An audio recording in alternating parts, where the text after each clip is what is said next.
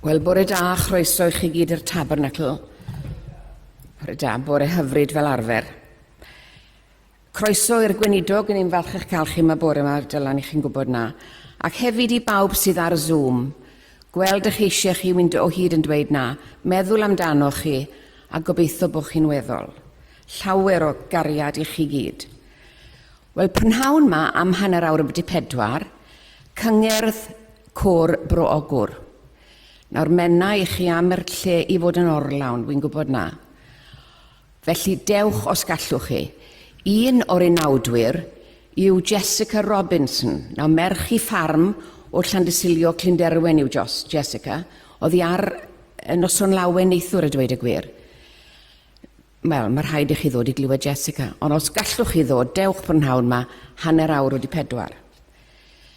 Sul nesa, y gweinidog bydd ma fel arfer am 9:45, a wedyn am 3:00 y prynhawn, dewch draw i'r casbas ym Pen-y-bont i gymdeithasu dros hufen ia y tro hyn. Buon ni na tro diwetha, cilwn ni hwyl a dweud y gwir. Mae'n le da i fynd just ar bwys peacocks fyna, casbas, a dewch draw mwynhau o'n un fawr iawn, a mae'r hufen ia yn fendigedig.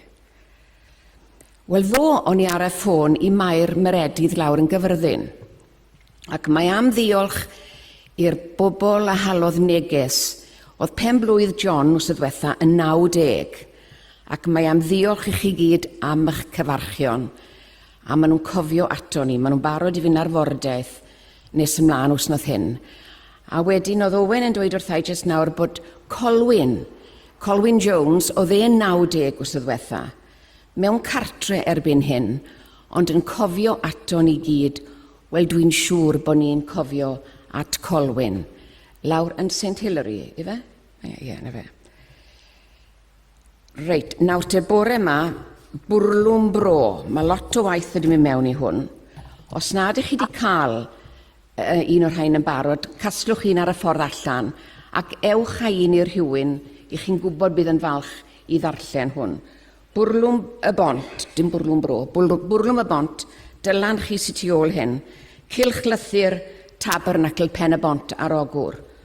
Fel o'n i'n dweud, mae lot o waith wedi mynd mewn iddo fe, a mae'n ddiddorol iawn i ddarllen. Casglwch un ar y ffordd mas. Wedyn, dewch lawr i gymdeithasu dros gwpaned o de, neu goffi yn y neuadd, a fe nawr fe gewn i'r offrwm. Diolch yn fawr.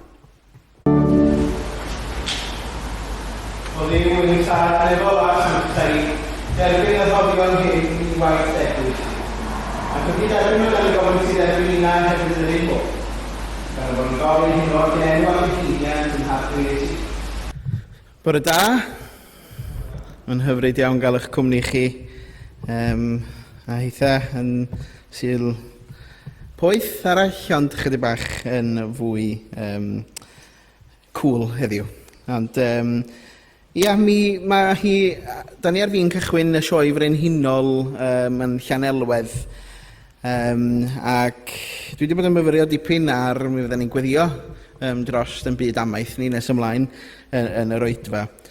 Ond hefyd yn meddwl am eu cyfraniad nhw, ac i ddathlu creadigaeth Duw yn parhau i wneud hynny ar y thema. Wrth gwrs, da ni wedi bod yn ei ddilyn gyda'r 5 peth personol yn ogystal. Ond cyn i ni fynd ymlaen at hynny, gadwch i ni ganu ein hemyn nesaf, sef 393. 393. Iesu geidwad bendigedig, ffrind yr egwan a'r methedig, tyner ydw i ta charedig, rhod y ras yn nerth i ni. Ac yn y blaen, 393.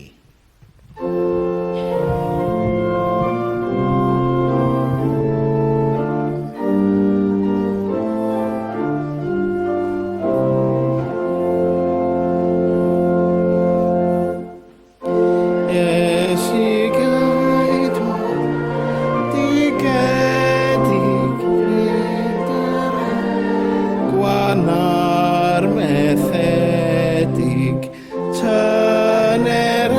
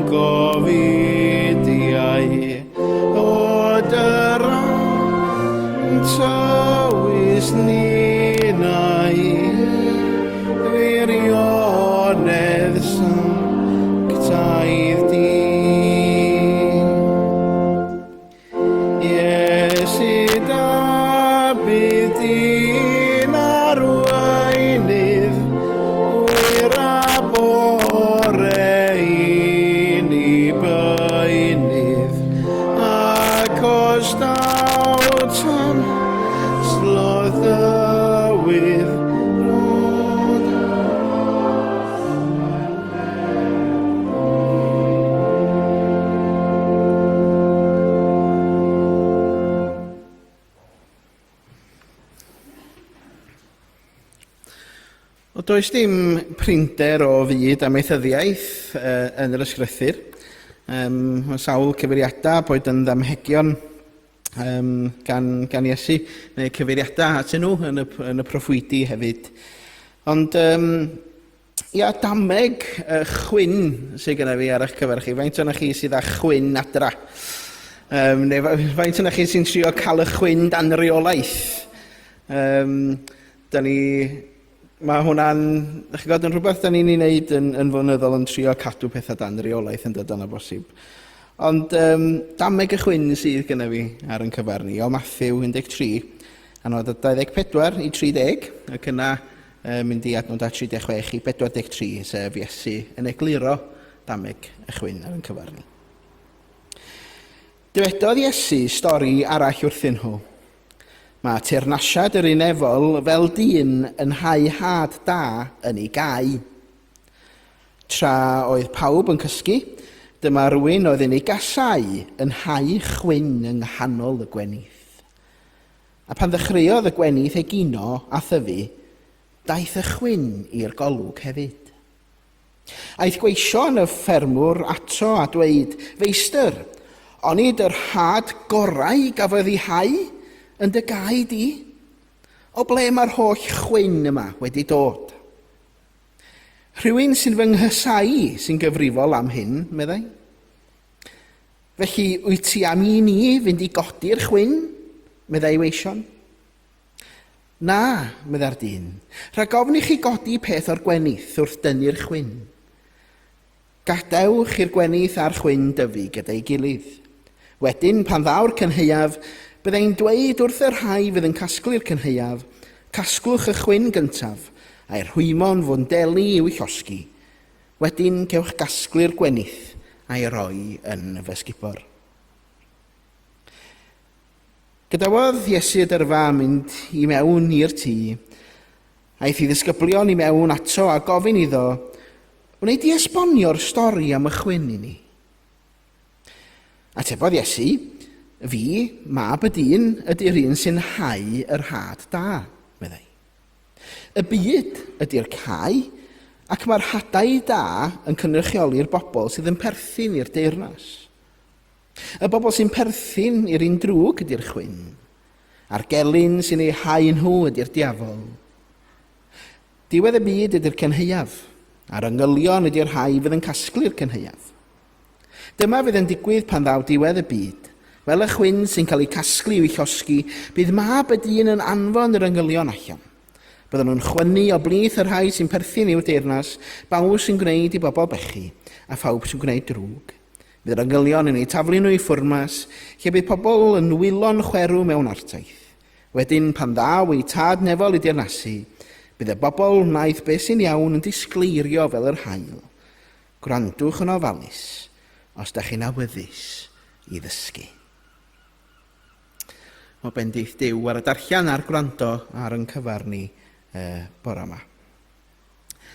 Gadwch chi ni barhau drwy gannu Emyr Rhif 600 efo'n gilydd. Emyr Rhif 600. Distewch, cans mai presenoldeb Crist y sanctaidd un gerllaw. Dewch, plygwch ger ei fron mewn dwfn barchedig fraw. Di bechod yw e fe, lle saif mae'n sanctaidd le. Distewch, cans mai presenoldeb Crist y sanctaidd un gerllaw. Ac yn y blaen, Emyr Rhif 600.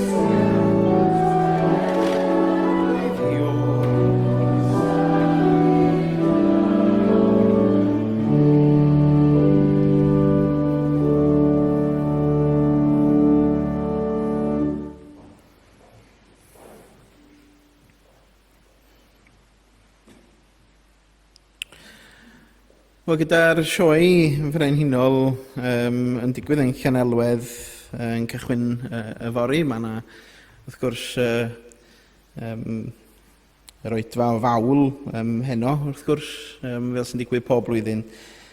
Ond, fel sy'n ni'n gweddio dros y sioe, ond hefyd dros yn ffermwyr a'n cefn gwlad ni yn awr. Yn weddi, dwi wedi baratoi, oedd ar yr e-bost ac yn y coenonia hefyd. Ond gadwch i ni weddio gyda'n gilydd felly.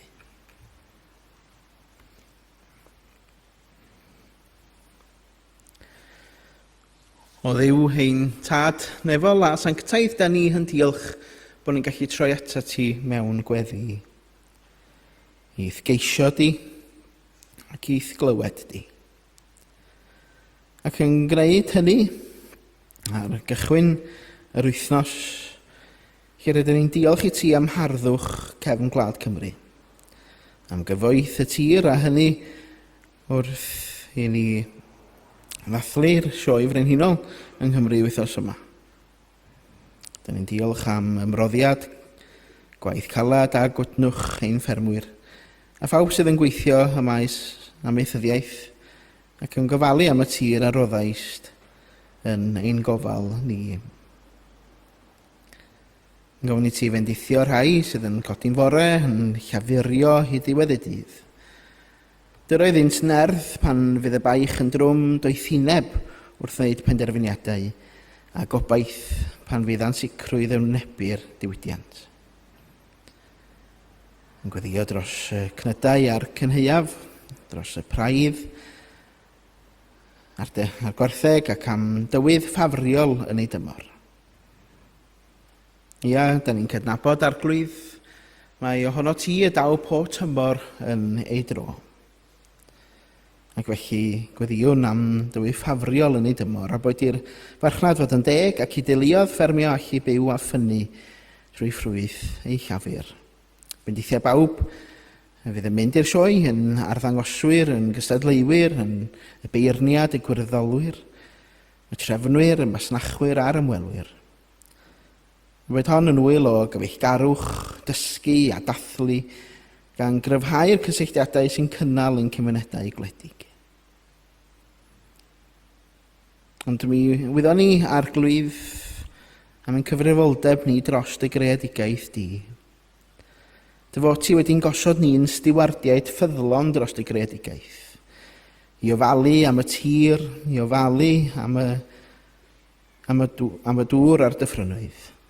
Yr anifeiliad a'n gilydd gyda pharch diolchgarwch a chariad.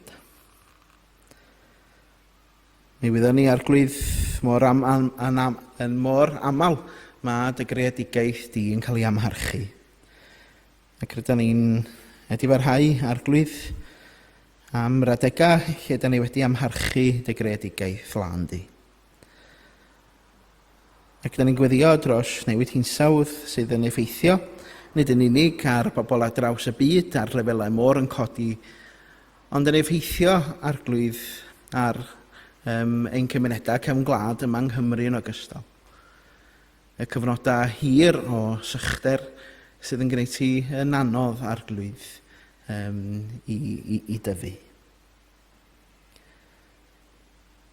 Wrth i ni ddathlu'r gorau felly o'r greadigaeth a dathlu'r gorau o amaethyddiaeth a bywyd gwledig yng Nghymru, cofia ni fod pob cynheuaf yn rhodd gen i ti. Pob tymor yn dod â gobaith newydd a phob gweithred o wasanaeth ffyddlon yn adlewyrchu dy gariad a theilioni di.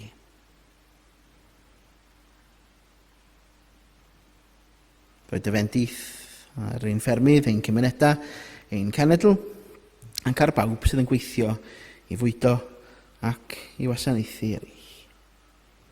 Yn dawelwn am ychydig i gyflwyno yn gweddiau personol i ti, yn gweddiau hynny sydd ar ein calona a'n meddyliau.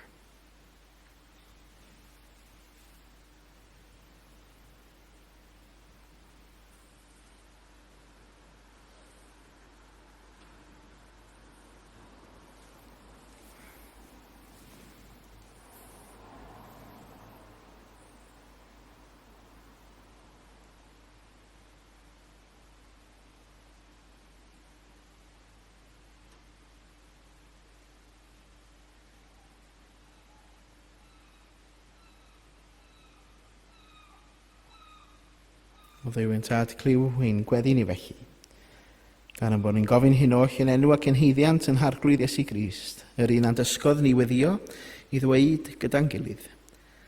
Ein tad, y rhwng yr wyt yn y nefoedd, sang teiddiau'r denw, deled y deyrnas, gwneler dewyllus, megis yn y nef, felly ar y ddaear hefyd. Dyro i ni heddiw ein bara benyddiol, a madda i ni ein dyledion. Fel y maddeiwn unau i'n dyledwyr. Gnac arwain i brofedigaeth, eithyr gwared ni rhag y drwg, gan ei seiddo ti o'r deyrnas, a'r nerth, a'r gogoniant, yn oes oesoedd. Amen. Wel, mae'n ni barhau gyda'n haddoliad drwy ganu emyn rhif 429. 429. A ddfwynaf frenin, dynol a dwyfol un, rhyfeddod nef ei hun yn ddyn ac yn ddiw, tragwyddol air yn ef, creuwr yn gnawd i'w ef, yma yn plygu lawr a golchi ein traed. Ac yn y blaen, 429.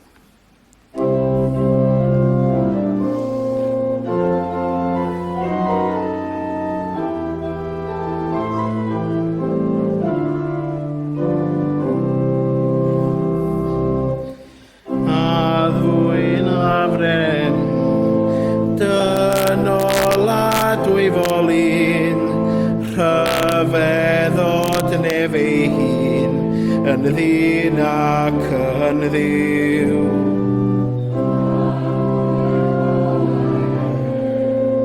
Creuwr yn gnawd i'w ef, yma yn plygu lawr, golchi ein traed.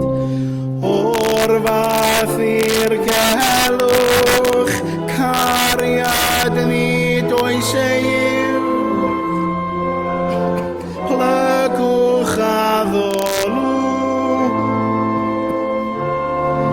canswn i'w eich diw, hwn i'w eich diw.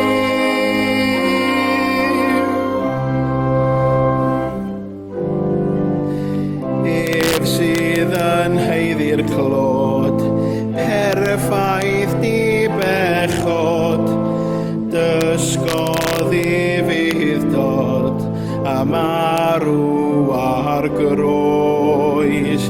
Dioddefod drosom ni, concro drwy Aberthryd, wrth iddio ddiodden fydd, diodd fy mai. O'r fath i'r gelwch, cariad ni does uwch, plygwch a ddolwch, canswn i'w eich diw, hwn i'w eich diw.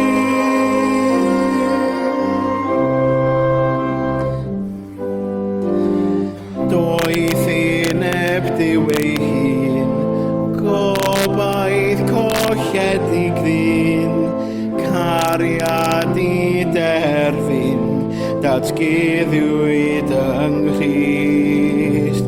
Gwelwch ein harglwydd cyn, plygu yn dyner, ein dyner, ientyrch yn ef. O'r fath i'r gelwch, ariad ni does agwch a ddolwch, canswn i'w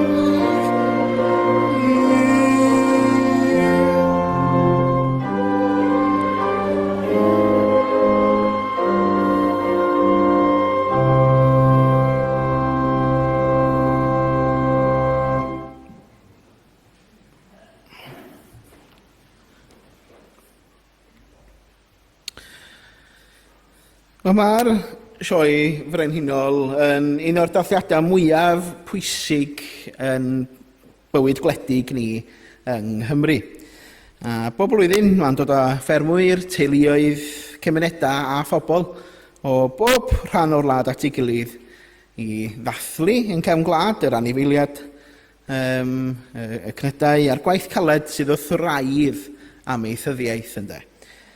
Ond y tu ôl i'r hyn a welwn ar faes y sioe, mae stori llawer iawn mwy yn does. Stori o amynedd, o ymroddiad, stori o'n sicrwydd weithiau hefyd, yn stori o obaith yn ogystal. Ac dydy'r anifeiliaid a welwn ni sy'n yn ennill gwobr, dyn nhw'n gwneud hynny dros nos na chdyn. Dydy'r cnwd da sy'n cael ei dyfu ddim yn digwydd heb fusodd o baratoi a gofal. Mae'r ffermwyr yn gofod gweithio gyda'r pridd yn yr amser iawn, delio â phroblema pan maen nhw'n codi, ac aros yn amyneddgar am ganlyniad. Ac a bosib yr hynna, y pethau yna da ni'n mynd i weld ynde. Y pethau sydd lle mae'r ffermwyr wedi bod wrthi yn ddyfal felly. A mae amaethyddiaeth yn dysgu ni bod bywyd yn gymysgedd o lawenydd a her. Mae tymhorau da a thymhorau anodd yn does. A da ni'n gweld hynny gyda tywydd.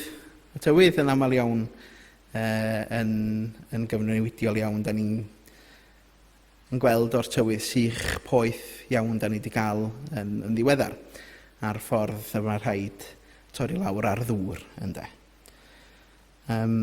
Ond tymhorau da a thymhorau anodd, yma adegau o helaethrwydd ac adegau o frwydro hefyd.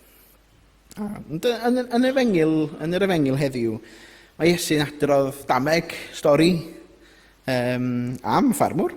A mae'r ffarmwr hynny yn hau yr had gorau sydd ganddo fo. Premium. Maen nhw'n y gorau allech chi gael a mae'n hau hynny. Gan obeithio cael y gwenith gorau un hefyd ynde. Ond yn ystod y nos, mae yna gelyn yn dod, gelyn i'r ffarmwr yn dod, ac yn hau yng nghanol yr had da yna hadau chwyn. Ddim yn gwybod sut fysa ni'n teimlo tysa rhywun yn dod ac yn hau hadau chwyn yn eich gerddi chi adra. Fysa ni'n mynd hapus iawn o bosib yn asan. Ond y chwyn yma yn tyfu wedyn ynde. Fe ddwedodd rhywun wrthau weithiau, chwyn ydy be mae Duw yn ei blannu lle dwi eisiau tyfu rhywbeth arall. Right. Hynny ydy, mae Duw yn plannu y chwyn hyn, ond bod ni eisiau plannu rhywbeth arall yn ei lle nhw. Da ni'n mynd ati i dynnu'r chwyn wedyn. Blodau Duw ydy chwyn meddwl rhywun arall. Ond mae'r efengyl yn deud yn wahanol, mae'r ddameg yma'n deud yn wahanol. Mae'r gweision yn gweld y chwyn yn tyfu, a maen nhw eisiau tynnu'r chwyn allan yn syth, yn dydy. Ond mae'r ffarmwr yn dweud, na, gadwch iddyn nhw, ac i aros tan y cynheuaf. Nid stori am amaethyddiaeth ydy hon mewn gwirionedd nac i, ond mae Iesu'n disgrifio reality'r byd yr ydyn ni'n byw ynddo fo heddiw. Mae Duw wedi hau daioni yn ein plith ni, wedi hau cariad, wedi hau heddwch yn ein byd ni'n dydy. Ond mi rydyn ni yn byw mewn byd lle mae da a'r drwg yn medoli ochr yn ochr yn dydyn. Mae yna hadau chwyn o gasineb yn cael ei plannu hefyd yn does. Mae yna hadau o ddrwg yn cael ei plannu. Felly sut ydyn ni i fyw'n ffyddlon mewn byd o'r fath ydy'r cwestiwn ynde? Beth cyntaf i gofio ydy, rhaid i ni gofio mae Duw, mae maes Duw yw'r byd yma. Reit, maes Duw ydy'r byd yma. Mae Iesu'n dechrau trwy ddeud, mae teyrnas nefoedd yn debyg i ddyn, mae hau had da yn ei faes. Y peth cyntaf da ni'n sylwi arno fo yw bod y maes yn perthyn i'r ffermwr. Mae ganddo fo berchnogaeth yn does, pwrpas a bwriad. Mae o'n gwybod beth mae eisiau gwneud, mae o'n gwybod y canlyniadau mae o siallan arno fo. A nid ar hap y mae o yn hau yr hadau hynna chwaith nac i. Mae ganddo fo fwriad penodol. Cafodd ei blannu gyda gobaith am dwf a chynheuaf mawr. A mae hyn yn atgoffa ni mae byd Duw ydy'n byd ni. Weithiau wrth edrych o'n gwmpas gallwn ddangos bod pethau'n mynd o'i le weithiau. Da ni'n gweld gwrthdaro, dioddefaint y dydan, pwysau ar deuluoedd ac ansicrwydd am y dyfodol. Efallai bod ni'n gofyn ble mae Duw yn hyn oll, ond mae Iesu'n yn atgoffa nad yw Duw wedi cefnu ar ei faes ynde. Nid yw presenoldeb y chwyn yn golygu bod y ffermwr wedi rhoi'r gorau iddi ofalu am y maes.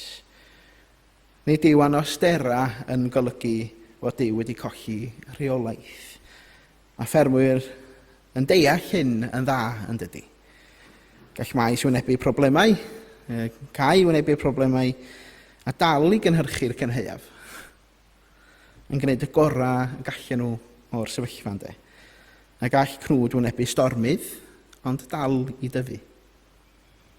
Ac yn y sioe frenhinol, rydyn ni'n gweld y canlyniadau, yr anifeiliad gorau, y cynnyrch gorau, a'r llwyddiant, dathlu llwyddiant y ffermwyr, ond y tu ôl i hynny mae'r oriau di-rif o waith cudd, paratoi'r tir, gofalu am yr anifeiliad, gweithio'n gynnar yn y bore, a gwneud aberthau drwy gydol y flwyddyn.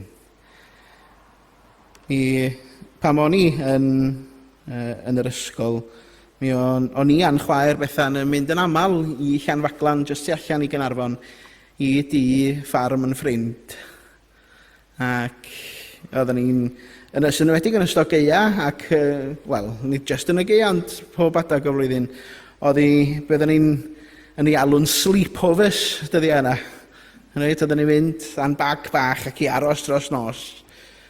Ac yr hyn oedden ni'n weld erbyn i ni gael brecwas yn y bora, yr hyn nad oedden ni yn ymwybodol ydy oedd y tad wedi bod allan ar y ffarm yn gynnar yn bora, wedi codi am 3:40 ynddo, wedi bwydo'r anifeiliad, wedi gwneud popeth cyn i bawb arall godi yn y tŷ ynddo.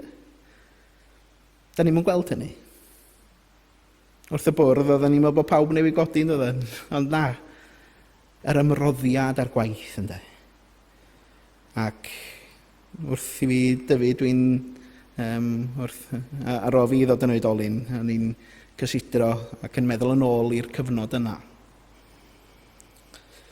Mae llawer o waith ffermio yn digwydd heb i neb wybod, heb i neb weld, ac felly hefyd gyda gwaith Duw yn aml iawn. Weithiau nid ydyn ni'n gallu gweld beth mae Duw yn ei wneud, ond nid yw hynny'n golygu nad yw Duw ar waith. Mae Duw yn dal i hau hadau gobaith, cariad a ffydd y mywydau pobl. Ond mae angen gofal ar yr had hefyd yn does, ar yr had da. Ydy'r ffermwyr yn hau maes ac yn anghofio amdani hi. Mae'r pridd yn cael ei feithrin, mae'r cnwd yn cael ei warchod ac mae'r gwaith yn parhau. Ac felly hefyd, ein ffydd ni, mae angen gweddi yn does. Mae angen darllen yr ysgrythur, addoliad a chymdeithas gyda phobl Duw. Mae angen gofyn y cwestiwn hefyd beth sy'n digwydd yn y byd o'n cwmpas ni, yn lleol, yn genedlaethol ac yn ryngwladol. Ond hefyd beth mae Duw yn ei dyfu yn o'i. Beth yw'r had mae Duw wedi rhoi yn o'i i dyfu ynddo. Mae Duw wedi gosod yn ei faes am reswm. Ein galwad yw tyfu, gwasanaethu ac adlewyrchu ei ddaioni o. Yn ail, bydd y gwenith yma Duw, bod ni'n cael yn galw i fod y gwenith yma Duw wedi'n galw ni i fod. Ac un o'r gwersi pwysicaf yn y ddameg yma yw nad yw Iesu'n deud wrth y gweision am ddod yn arbenigwyr ar adnabod y chwyn. Right? Mae'n ei galw ni adael i'r gwenith dyfu. Right? Oedd y gweision eisiau gweithredu ar unwaith yn dod yn Roedden nhw eisiau amddiffyn y cnwd. Ond roedd y ffermwr yn gwybod y gallai tynnu'r chwyn yn rhy gynnar. Hefyd, niweidio'r gwenith ynde. Mae gwers bwysig ni yma fel Gristnogion. Rydyn ni'n byw mewn byd lle mae'n hawdd canolbwyntio ar bopeth sydd yn mynd o'i le. Lle da ni'n gwneud hynny yn hawdd iawn fel Cymru Cymraeg hefyd o bosib. Rydyn ni'n gweld methiannau hefyd yn dydan. Problemau fewn yn cymdeithas neu'r pethau sy'n yn siomi ni hefyd. Ond gallwn ni dreulio cymaint o amser yn tynnu sylw at y pethau hynny, tynnu sylw at y chwyn, nes sy'n bod yn anghofio tyfu fel gwenith hefyd ynde. Dyw Iesu'n yn galw ni i feirniadu'r maes. Mae'n galw ni fod y bobl yma Dyw wedi'n creu i fod. Dyw cnwd iach yn dangos ei werth drwy gwyno am y chwyn. Mae'n dangos ei werth drwy gynhyrchu'r cynheuaf. A mae angen pobl ar y byd sy'n dangos goleuni Crist. Yn bwysig yma ni'n dangos goleuni Crist yma'n ym Mhen-y-bont ac yng Nghymru ac yn rhyngwladol. Mae'n golygu dewis cariad pan fe eraill yn dewis casineb, dewis maddeuant pan fe eraill yn dal gafal mewn dicter, dangos heilioni mewn byd sydd yn aml yn hunanol. A mae ffermion yn dysgu ni hefyd nad yw twf yn digwydd trwy ryn, mae'n digwydd trwy ofal a meithrin. Ac felly hefyd y bywyd Cristnogol, mae Dyw yn gweithio yn ni yn araf ac yn amyneddgar. Ac felly yna fydda ni bob amser yn gweld newid mawr ar unwaith, ond mae Dyw yn gweld pob cam bach o ffydd. Mae'n gweld pob gweddi, mae'n gweld pob gweithred o gariad, mae'n gweld pob ymdrech i fyw'n ffyddlon. Nid oedd y gwenydd yn berffaith yn y ddameg. Roedd yn perthyn i'r ffermwr ac roedd yn tyfu yn ôl i fwriad. Hefyd, rydyn ni fel nid yw Dyw yn chwilio am bobl berffaith. Yn chwilio am bobl sydd yn aros yng Nghrist ac yn gadael iddo weithio ynddyn nhw. Ac yna i ymddiried yn yw gyda'r cynheuaf. Ymddiried yn yw gyda'r cynheuaf. Oedd o'n i'n gwrando ar Radio Cymru dros yr wythnos. O'n nhw wedi bod yn siarad â rhai ffermwyr sydd yn edrych ymlaen at y sioe fawr. A'r ffordd roedden nhw'n dweud tro yma, herwydd y tywydd sych maen nhw wedi cael ydy bod y beilio i gyd wedi digwydd, bod y cynheuaf i gyd wedi digwydd bellach a bod pawb yn gallu mwynhau y sioe gyda'i gilydd. Ac fel mae'n digwydd flwyddyn yma, mae'r cynheuaf wedi dod yn gynt. Mae'r beilio wedi digwydd yn gynt na'r arfer. Mae yna rhai adegau lle mae o'n mynd tu hwnt i'r sioe. Neu yn ystod y sioe sydd yn gwneud pethau'n anodd yn dydy i'r ffermwyr. Mae'n dibynnol hollol ar y tywydd.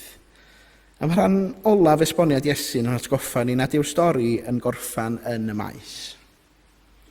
Mae cynheuaf yn dod am Iesu'n deud y bydd amser pan ddaw Dyw a chyfiawnder perffaith i'r byd. A mae hyn yn atgoffa nad drwg fydd yn gael y gair olaf. A mae hwnna'n bwysig i ni gofio fel Cristnogion hefyd. Weithiau mae'n ymddangos bod anghyfiawnder yn ennill yn dydy. Weithiau mae pobl yn gwneud drwg, sy'n gwneud drwg yn ymddangos fel eu bod nhw yn llwyddo. Nid yw amynedd Dyw yn golygu ei fod yn cymeradwyo drwg. Mae drygaredd yn golygu fod yn rhoi cyfle i bobl newid yn ogystal. A mae hyn yn rybydd ac yn gysur. Mae'n rhybydd oherwydd mae'n dewisiadau yn bwysig. Mae'r hadau rydyn ni'n ei hau heddiw yn effeithio ar y cynheuaf yfory. Ond mae hefyd yn gysur oherwydd nid ein cyrfioldeb ni yw barnu'r byd i gyd. Dyw yn unig sy'n gweld y galon yn llawn. A mae ffermwyr yn gwybod na allant rheoli popeth. Mae pethau sydd tu hwnt i'w rheolaeth nhw weithiau yn does. Ni allant rheoli'r tywydd na gwarantu'r cynheuaf. Dyn nhw'n gwybod sydd cynheuaf geith nhw. Ond yma nhw'n yn ffyddlon yn ymddiried yn dydy. Yr unig beth allith nhw'n wneud ydy paratoi, hau gweithio ac ymddiried. Ac felly hefyd yn ffydd ni. Ein gwaith ni yw bod yn ffyddlon, lle mae Duw wedi'n gosod ni, a mae'r sioe frenhinol yn dathlu cynheuaf y gwaith dynol yn dydy, ffrwyth blynyddoedd ymroddiad, mi Esyn yn cyfeirio at gynheuaf mwy, dyfodiad teyrnas Dduw ei hun. A hyd at y diwrnod hwnnw, rydyn ni dyfu fel gwenydd ymhlith y chwyn. Rydyn ni fod yn bobl o obaith mewn byd ansicr. Rydyn ni ymddiried yn niw, anplanodd, sy'n gofalu amdanom, ac a ddaw a'r cynheuaf yn ei amser. Mwyn i enw. Amen.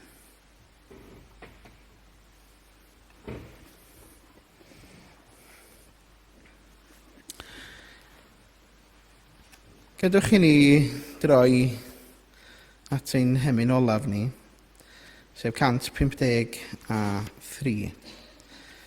153. Ti sy'n deilwng, ti sy'n deilwng, ti sy'n deilwng o Dduw. Ti geirmoliant a'r holl ogoniant, nerth ac ogoniant a bri. Gans ti io'r a greaist y cyfan a greaist. Y cyfan a greaist. Ti greaist bopeth ti yw'r lliw. Dy hyfrydwch creu wnest bob harddwch. Ti sy'n deilwng o Dduw. Ac yn y blaen, 153.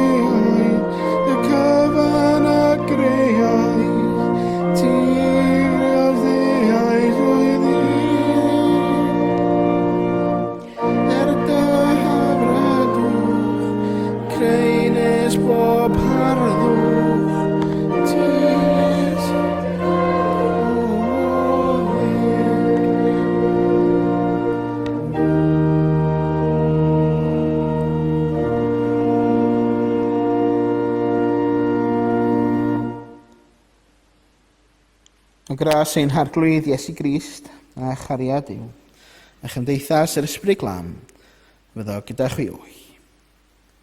Amen.